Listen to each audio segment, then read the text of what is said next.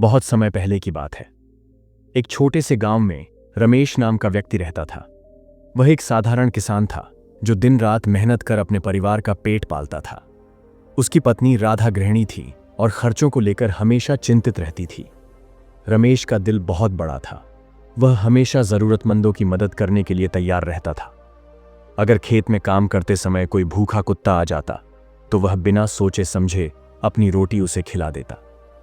यदि कोई राहगीर भूखा होता तो रमेश अपने हिस्से का खाना उसे दे देता। उसकी इस आदत से राधा बहुत परेशान रहती थी। राधा अक्सर रमेश से कहती, तुम्हारी इस दरियादिली के चक्कर में हमारा घर खाली हो जाएगा, खुद के बारे में भी सोचो। लेकिन रमेश हमेशा मुस्कुराते हुए कहता, राधा, भूखा पेट सबसे बड़ा दुश्मन होता है। अगर हम किसी की मदद कर सकते हैं तो क्यों न करें, ऊपर वाला सब देखता है। एक दिन दोपहर के समय रमेश घर पर आराम कर रहा था।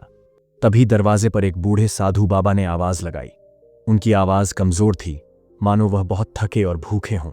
राधा ने खिड़की से झांका और बड़बड़ाई, अब यह भी आ गए, लगता है फिर से रसोई खाली होने वाली है। रमेश ने राधा की बात अनसुनी की और दरवाजे की ओर बढ़ गया। उसने देखा कि साधु बाबा बहुत कमजोर और थके हुए थे।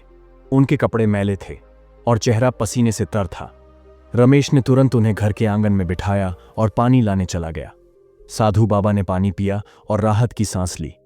फिर वह बोले, बेटा, 2 दिन से भूखा हूं, अगर कुछ खाने को मिल जाए तो बड़ी कृपा होगी।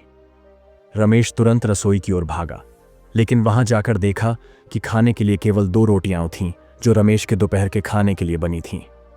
उसने बिना कुछ सोचे वे रोटियां उठाईं और साधु बाबा को देने के लिए चल पड़ा। राधा ने उसे रोक लिया और गुस्से में बोली, ये क्या कर रहे हो?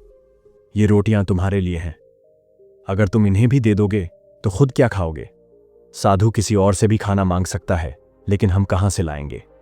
रमेश ने प्यार से जवाब दिया, राधा, भूखा पेट किसी का इंतजार नहीं करता। ये बाबा 2 दिन से भूखे हैं, अगर हम इन्हें खाना नहीं देंगे तो इनका क्या होगा? भगवान हमारा इंतजाम खुद करेगा। राधा की नाराजगी इतनी तेज थी कि साधु बाबा ने सब कुछ सुन लिया, लेकिन वह चुपचाप बैठे रहे। रमेश ने राधा की बातों को नजरअंदाज किया और साधु बाबा के पास जाकर रोटियां रख दी। साधु बाबा बहुत भूखे थे, इसलिए उन्होंने बिना कुछ कहे रोटियां खा लीं। फिर पानी पीकर कुछ देर तक शांति से बैठे रहे। जब वे जाने के लिए उठे तो उन्होंने रमेश को अपने पास बुलाया। साधु बाबा ने अपने झोले में से एक चमकती हुई सोने की कटोरी निकाली और रमेश को दी।